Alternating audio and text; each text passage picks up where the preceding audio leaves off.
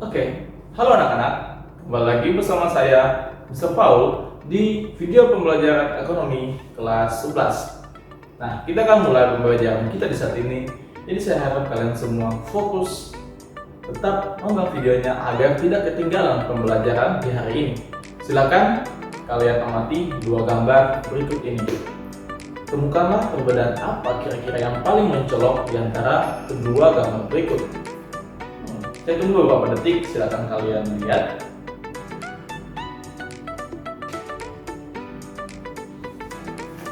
Nah, berdasarkan pengamatan kalian, kira-kira apakah perbedaan yang paling mencolok di kedua gambar tersebut? Banyak Pak, iya banyak memang. Tapi yang paling mencolok kalau kita lihat adalah mengenai kondisi atau keadaan kota di gambar tersebut. Yang satu fasilitasnya mewah, kotanya bagus, yang satu lagi biasa aja. Itu berarti ada terjadi perbedaan tingkat kesejahteraan atau perekonomian negara tersebut. Sehingga kalau kita bisa lihat, yang satu kota memiliki tingkat kesejahteraan yang bagus, yang tinggi, yang satu lagi memiliki tingkat kesejahteraan yang bisa dibilang kurang. Kenapa bisa terjadi perbedaan seperti ini? Itu karena pendapatan nasional tiap negara berbeda-beda. Negara ini dengan negara ini mempunyai pendapatan nasional yang berbeda. Oke Pak, apakah ada di antara kalian yang pernah mendengar kata berikut pendapatan nasional? Mungkin dari kalian ya sudah pernah dengar apa itu pendapatan nasional. Tapi bagi yang kalian belum tahu, secara sederhana saya akan memberitahukan kepada kalian. Pendapatan nasional itu adalah jumlah keseluruhan barang dan jasa yang dihasilkan oleh suatu negara dalam periode tertentu, dalam kurun waktu tertentu, yang diukur dengan satuan uang. Nah, semakin tinggi pendapatan nasional suatu negara, maka tingkat kesejahteraan juga semakin tinggi. Dan sebaliknya, semakin rendah pendapatan nasional suatu negara, maka akan semakin rendah pula tingkat kesejahteraan di suatu negara tersebut. Nah, kita akan bahas mengenai konsep-konsep yang berkaitan dengan pendapatan nasional. Apakah kalian pernah mendengar istilah berikut ini? Ini? Apakah kalian pernah dengar? Tentunya buat kalian yang sering membaca buku, sering membaca di internet dan sebagainya, mungkin sudah pernah mendengar atau sudah pernah belajar mengenai hal ini. Tapi bagi kalian yang belum, maka saya harap kalian untuk mengingat istilah-istilah ini, karena istilah-istilah ini sangat penting untuk dipelajari karena berkaitan dengan pendapatan nasional ini. Kita akan bahasnya secara satu demi satu ya. Mulai dari yang pertama, produk domestik bruto atau gross domestic product, disingkat GDP. GDP adalah total nilai barang dan jasa akhir yang dihasilkan oleh perekonomian suatu negara dalam periode tertentu. Biasanya periodenya adalah 1 tahun. Jadi GDP ini dia menghitung total keseluruhan produksi barang dan jasa di dalam suatu negara. Kata kunci yang perlu kita garis bawahi di sini adalah kata domestik. Berarti dalam suatu wilayah tertentu. Karena kita berbicara mengenai perekonomian Indonesia, maka kita akan menghitung total keseluruhan barang dan jasa yang ada di wilayah Indonesia. Nah, ada yang bertanya seperti ini, Pak, tapi kan di Indonesia itu bukan hanya ditempati oleh warga Indonesia, ada juga warga dari Cina, warga dari Thailand, warga dari Amerika, dari mana-mana Pak yang memiliki usaha di Indonesia, memiliki perusahaan di Indonesia. Nah, untuk perhitungan GDP ini, kita tidak melihat perbedaan tersebut. Kita akan menghitung total keseluruhan produksi barang dan jasa yang dihasilkan dalam negara tersebut, mau dia itu orang manapun, warga asing manapun, kita akan masukkan dalam perhitungan setelah GDP. Nah, yang kedua, produk nasional bruto. Nah, produk nasional bruto ini berkebalikan dengan produk domestik bruto. Jika produk domestik bruto itu dia menghitung total keseluruhan barang dan jasa yang dihasilkan oleh satu negara, maka produk nasional bruto dia hanya menghitung total keseluruhan barang dan jasa yang diproduksi oleh warga negara tersebut. Kata kuncinya di sini adalah nasional, berarti warga negara asli dari negara tersebut. Jika kita bicara mengenai negara kita Indonesia, maka yang akan dihitung adalah total barang dan jasa yang dihasilkan oleh warga negara Indonesia, sekalipun warga negara itu bertempat tinggal di Amerika, di Cina, di Italia, dimanapun, kita akan hitung pendapatan atau barang dan jasa yang dihasilkan oleh mereka. Nah, berarti kira-kira rumusnya seperti ini. Rumus dari GNP adalah GDP dikurangi dengan pendapatan asing yang ada di Indonesia, setelah dikurangi barulah ditambahkan dengan pendapatan Indonesia yang berasal dari luar negeri. Itu adalah GNP. Yang ketiga adalah produk nasional neto atau Net National Product yang disingkat NNP. Gimana cara menghitungnya? Cara menghitungnya yaitu produk nasional bruto dikurangi dengan penyusutan dan barang pengganti modal. Kenapa?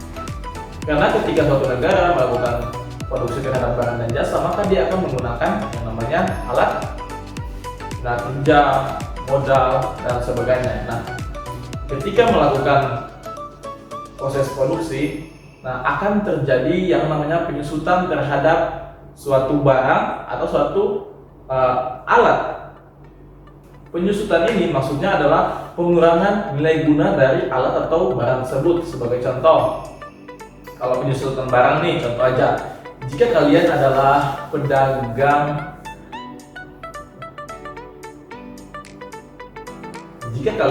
pedagang buah mangga nih, kalian kalau ingin menjual mangga nih, waktu baru dipetik dari pohon, itu kalian jual harganya satu buah 10.000, ya. Setelah dibiarkan beberapa lama, dia akan mengalami pembusukan. Nah, saat dia udah mulai busuk nih, nggak mungkin dong kalian jual satu buah 10.000, pasti akan terjadi pengurangan nilai. Mungkin kalian jual sudah satu buah 5.000, 3.000, dan sebagainya. Itu yang disebut penyusutan. Contoh lain, jika kalian membeli suatu barang, entah itu motor, HP, mobil, dan sebagainya, dan ketika kalian gunakan, maka nilainya akan semakin berkurang. Dan ketika kalian ingin menjualnya lagi, pasti harganya tidak sesuai dengan harga yang kalian beli. Itu yang disebut penyusutan. Oke. Selanjutnya adalah pendapatan nasional neto atau Net National Income, disingkat NNI. NNI adalah pendapatan yang dihitung menurut jumlah balas jasa yang diterima oleh masyarakat sebagai pemilik faktor produksi. Contohnya adalah guru nih. Guru pekerjaannya untuk mengajar. Ketika dia mengajar, berarti dia sedang menawarkan jasanya untuk mengajarkan murid-murid. Nah, ketika tiba saatnya dia akan menerima gaji. Nah, gaji itu yang disebut pendapatan balas jasa atas jasa yang diberikan, maka dia akan menerima pendapatan berupa gaji. Itu yang disebut dengan balas jasa.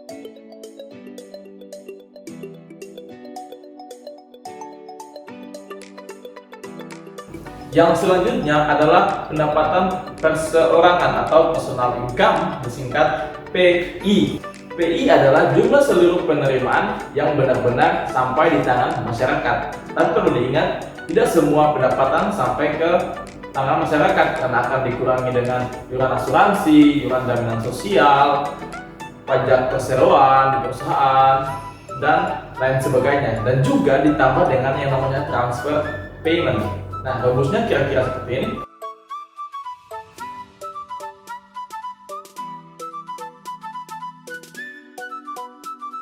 Yang selanjutnya adalah pendapatan disposable atau disposable income atau disingkat DI.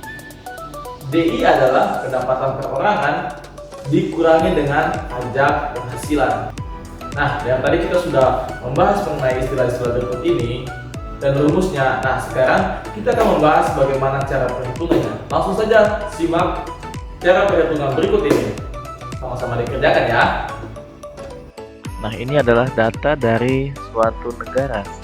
Di sini ada produk domestik brutonya, ada produk yang dihasilkan masyarakat asing, masyarakat nasional sendiri, ada penyusutan dan pergantian modal, pajak tidak langsung, dana sosial, laba ditahan, pajak perseroan, iuran asuransi, transfer payment pemerintah, dan pajak tidak langsung. Nah, yang perlu kalian ketahui, apa itu kira-kira transfer payment? Kalau ada yang sudah pernah dengar, ya udah nggak apa-apa. Kalau yang belum, biar Mister kasih tahu secara singkat, itu adalah pembayaran yang dilakukan oleh pemerintah kepada tiap individu dan kita tidak perlu untuk membalasnya. Contohnya itu biasanya berupa subsidi atau tunjangan sosial yang biasa diberikan oleh pemerintah. Oke, kita lanjut. Nah, pertanyaannya adalah hitunglah GDP, GNP, NNP, NNI, PI, dan DI. Ini adalah istilah-istilah yang telah kita bahas sebelumnya ya. Oke, langsung kita kerjakan saja. Oke, yang pertama, tadi ditanya adalah kita mencari yang namanya GDP. Oke, berapa kira-kira GDP-nya? Seperti yang tadi kita lihat di soalnya, ternyata GDP-nya sudah diketahui, yaitu senilai 4.500.000.000 rupiah. Langsung kita tulis saja. GDP sama dengan 4.500.000.000 rupiah. Oke, yang satu selesai. Sekarang yang kedua, yang ditanya adalah GNP. Nah, gimana cara kita mencari GNP? Rumusnya adalah GNP dikurangi dengan produk yang dihasilkan masyarakat asing di dalam negeri dan ditambah dengan produk yang dihasilkan masyarakat nasional di luar negeri. Oke, kita langsung kerja satu-satu dulu ya. Yang pertama, kita kurangi dulu dengan produk yang dihasilkan masyarakat asing di dalam negeri senilai 600 juta rupiah. Hasilnya adalah 3.900.000.000 rupiah. Setelah itu kita tambahkan dengan produk yang dihasilkan masyarakat nasional di luar negeri senilai 300 juta rupiah. Maka hasilnya adalah 4.200.000.000 rupiah. Itu adalah GNP-nya. Nah, sekarang kita sudah mendapatkan GNP. Selanjutnya kita akan mencari yang namanya NNP. NNP adalah Net National Product. Rumusnya adalah NNP sama dengan GNP dikurang penyusutan dan ditambah dengan barang pengganti modal. Nah, rumusnya sudah kita lihat sebelumnya, sudah kita bahas ya. Langsung aja kita tulis GNP dikurang dengan penyusutan dan pergantian modal, totalnya adalah 400 juta rupiah. Nah, hasilnya adalah 3.800.000.000 rupiah. Itu adalah NNP-nya. Nah, kita sudah dapat NNP. Selanjutnya kita lompat ke NNI atau Net National Income.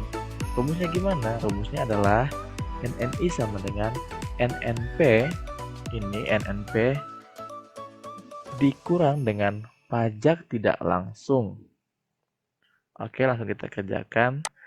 Dikurang dengan pajak tidak langsung senilai 540 juta rupiah. Hasilnya adalah 3.260 juta rupiah. Itu adalah NNI-nya. Nah, kita sudah dapat yang namanya NNI. Sekarang kita mencari PI atau personal income.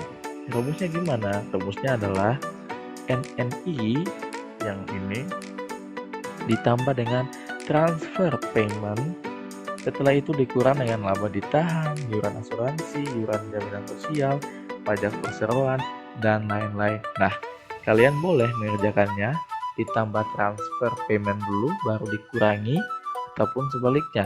Tapi kalau Mister kurangi dulu karena banyak, kurangi dengan dana sosial, laba ditahan, pajak perseroan, dan iuran asuransi.